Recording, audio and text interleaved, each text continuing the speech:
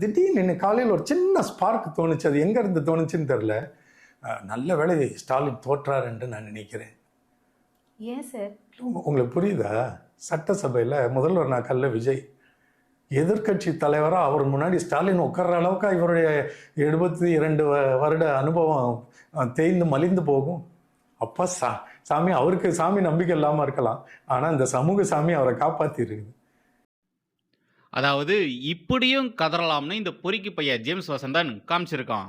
ஏன்டா டேய், sitting CM தேர்தலில் தோத்துருக்காரு. அவருடைய சொந்த தொகுதியான கொளத்தூர்ல தோத்துருக்காரு. கொளத்தூர் மக்கள் ஸ்டாலினை விரட்டடிச்சிருக்காங்க. அவரு தோத்துருக்காரா? முன்ன பின்ன தெரியாத ஒரு வேட்பாளர் கிட்ட 8000 வாக்குகள் மேல, 8000க்கும் மேல அவ்வளோ வாக்கு வித்தியாசத்துல அவரு தோத்துருக்காரு. இது எவ்வளவு பெரிய அசிங்கம் தெரியுமா? திமுகன்ற ஒரு கட்சி இருக்கிற வரைக்கும் இந்த அசிங்கம் அவங்கள தொடர்ந்துகிட்டே தான் இருக்கும். இதுல ஸ்டாலின் தோத்தது நல்லதாமா, சமூக சாமி அவரை காப்பாத்திடுச்சாமா. டே பொறுக்கி பாயில, மூடிக்கிட்டு முட்டு கொடுக்குற வேலையை மட்டும் பாருடா. முட்டு கொடுக்குற வேலையை மட்டும் பாரு. உனக்கு அழுக வருது, ஸ்டாலின் தோத்தது உனக்கு வருத்தமா இருக்குன்னா தயவு செய்து மனசை விட்டு அழுதுடு. இப்படிலாம் உட்காந்து உருட்டிக்கிட்டு இருக்காத. சரி, உருட்டுறதை தான் உருட்டுற, அதை உருப்படியா உருட்டுறியா? ஒழுங்கா உருட்டுறியா? ஃபேக்டை வச்சு உருட்டுறியா? இல்லையே. ஆல்ரெடி தோத்துட்டோமேனு அவங்க எல்லாருமே வருத்தத்தில் இருக்காங்க. ஒவ்வொருத்தங்களும், ஒவ்வொரு திமுக காரங்களும் அழுதுட்டு இருக்காங்க, கதறி கதறி அழுதுட்டு இருக்காங்க. சேகர் பாபு முன்னாள் அமைச்சர், திமுகவை சேர்ந்தவர், அவரு பப்ளிக்ல அழறாரு. ஸ்டாலின் நின்றுட்டு இருக்காரு, ஸ்டாலினுக்கு பின்னாடி சேகர் பாபு இருக்காரு. மக்களை பார்த்து ஸ்டாலின் வணக்கம் வைக்கிறாரு, கையெல்லாம் ஆட்டிட்டு இருக்காரு, டாட்டாலாம் காமிச்சிட்டு இருக்காரு. ஆனா சேகர் பாபு பின்னாடி நின்னுக்கிட்டு அழறாரு, கதறி கதறி தேம்பி தேம்பி அழுதுட்டு இருக்காரு. ஆனா நீ இங்க உட்கார்ந்துகிட்டு என்ன சொல்ற? ஸ்டாலின் தோத்தது நல்லது, ஸ்டாலின் எஸ்கேப் ஆயிட்டாருன்னு கத்திட்டு இருக்க. டியர் ஊபிஸ், இந்த சொருநாயை கொஞ்சம் கவனிங்க. மத்தவங்களெல்லாம் போட்டு கடிக்கிறீங்களே பாருங்க, இவன் ஸ்டாலின் தோத்தது நல்லது, எஸ்கேப் ஆயிட்டாருன்னு சொல்றான். இவனை கொஞ்சம் கவனிங்க. ஊபிஸ்களா, இவனையும் கொஞ்சம் கவனிங்கடா. எப்பொழுதும் எதிராசன் வடிவழகு என் இதய தொழுதால் இல்லை எனக்கெதிர், இல்லை எனக்கெதிர், இல்லை எனக்கெதிரே. ஸ்ரீமதே ராமானுஜாய நமஹா. எனரமை தேசியவாதிகள் அனைவருக்கும் வணக்கம் அண்ட் ஜெய் ஸ்ரீராம். திமுக இந்த சட்டமன்ற தேர்தலை தோத்துட்டாங்கன்னா கண்டிப்பா கலவரம் பண்ணுவாங்க. நிறைய இடங்கள்ல அன்ரெஸ்ட் சிச்சுவேஷன் உருவாகும். பொது சொத்துக்களை இவங்கெல்லாம் நாசப்படுத்துவாங்கன்னு நிறைய பேர் சொன்னாங்க. ஆனா அத மாதிரியான சம்பவங்கள் எதுவும் நடக்கவே இல்லை. அது மாதிரியான அசம்பாவிதங்கள் எதுவும் பெருசா இங்க நடக்கவே இல்லை. பாக்குறதுக்கு எரும மாடு கணக்கா இருக்காங்க. ஆனா அவங்க திமுக தோத்து போச்சு, ஸ்டாலின் தோத்து போயிட்டாரு அப்படின்ற ஒரு செய்தியை கேட்டு பச்சை புள்ள மாதிரி எழுதிட்டு இருக்காங்க. அதெல்லாம் பார்க்கும்போது ஓகே, திமுக பழைய மாதிரிலாம் இல்லை, அவங்க மாறிட்டாங்க அப்படின்ற மாதிரி தான் நான் நினைச்சேன். அப்படி நினைச்சு 4 நிமிஷம் கூட ஆகல, பாலிமர்ல இந்த ஒரு வீடியோவை பார்த்தேன். உங்களுக்காக அந்த வீடியோவும் கொண்டு வந்திருக்கேன், நீங்களும் பாருங்க. அத்தனை பேருக்கும் செருப்படி காத்துல இருக்குது. இந்த கொளத்தூர் தொகுதி மக்களுக்கு வந்து செருப்படி காத்துல அண்ணா எங்களுக்கு சொல்லி கொடுத்த கடமை கண்ணி கட்டுப்பாடு. ஆனா ஒரு அளவுக்கு தான். கலைஞர் எங்களுக்கு சொல்லி கொடுத்திருக்காரு, கொடியை தூக்கி பிடிச்சாதான் கொடி, திருப்பி பிடிச்சா தடின்ட்டு. அந்த தடியை நாங்கள் தூக்கி பிடிக்க வேணா கட்டுப்பட்டு வச்சிருக்கேன் தலைவர். இன்னைக்கு கூட பார்த்தீங்க, நேற்று தேர்தலில் வந்து அவர் வெற்றி வாய்ப்பை இழந்துட்டாரு. ஓகே, அவர் வெற்றி வாய்ப்பை இழந்தது அவரு கிடையாது, இந்த கொளத்தூர் தொகுதி வெற்றி வாய்ப்பை இழந்தது. கொளத்தூர் தொகுதி இன்னைக்கு பட போறாங்க. என் தலைவர் இல்லாத இந்த தொகுதி வந்து பட போறாங்க. இது தமிழ்நாடு கிடையாது, தற்கொலை நாடு.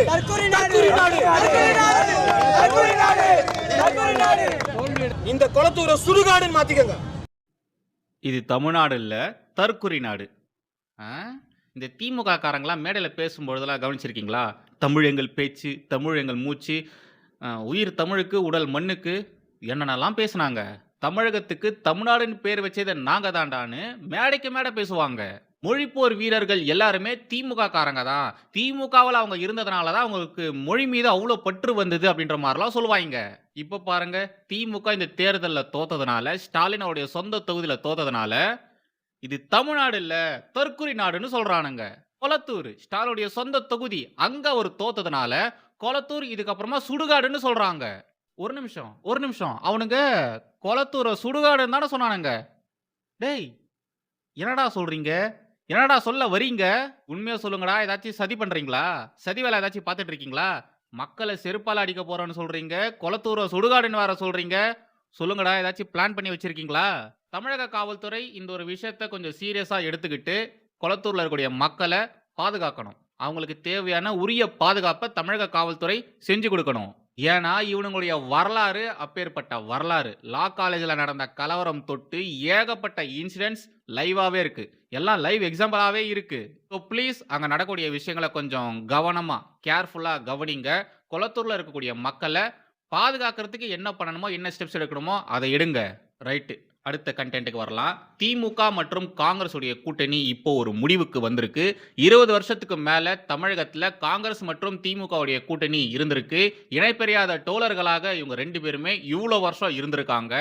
My brother Stalin, elder brother Stalin.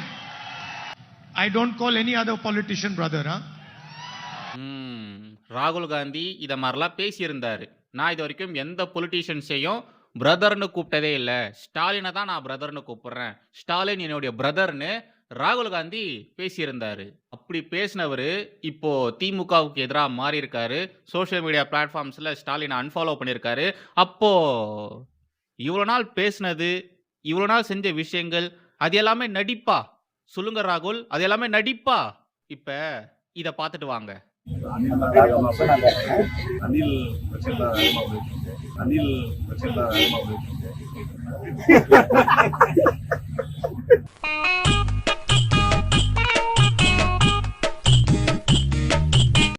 இவர் மட்டும் கிடையாது மக்களே, இவர் மட்டும் கிடையாது.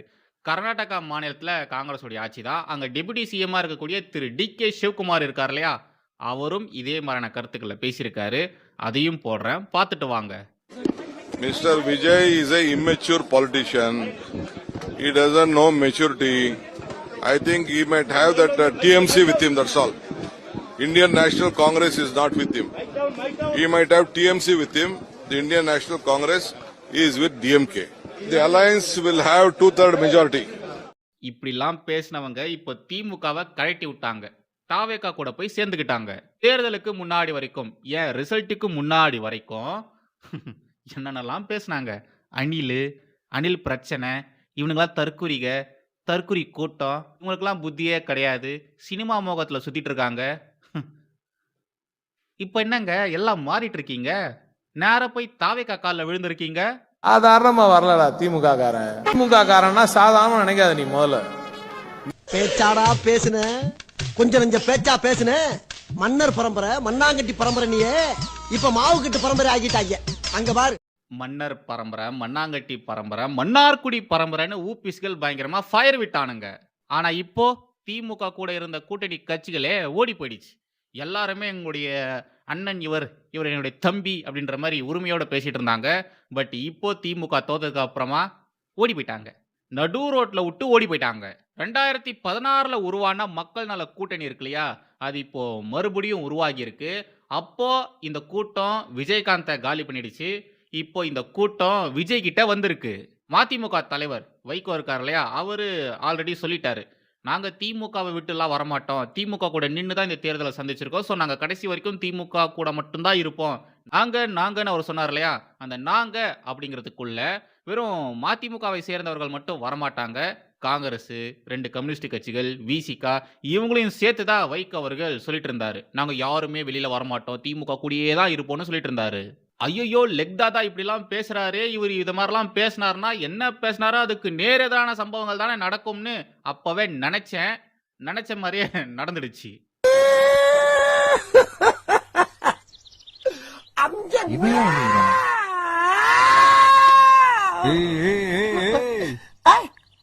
நீ ஏன் பொம்பளை மாதிரி அழுதுட்டு இருக்க? இந்த சட்டமன்ற தேர்தலில் தாவேகா 108 இடங்கள்ல வின் பண்ணியிருந்தாங்க. அதுல விஜய் 2 தொகுதியில வின் பண்ணியிருந்தாரு. ஸோ ஒரு தொகுதி அவர் ராஜினாமா பண்ணியே ஆகணும், அங்கே ரீஎலெக்ஷன் கண்டிப்பாக வைப்பாங்க. ஸோ 107 தொகுதிகளில் தாவேகா வின் பண்ணியிருந்தாங்க. அவங்க பெரும்பான்மை நிரூபிக்கணும்னா அவங்க கையில் 118 அப்படின்ற அந்த ஒரு மேஜிக் நம்பர் இருந்திருக்கணும். அந்த பெரும்பான்மை அவருக்கு கிடைக்கணும்னா பல கட்சிகளுடைய ஆதரவு இப்போ தேவைப்படுது.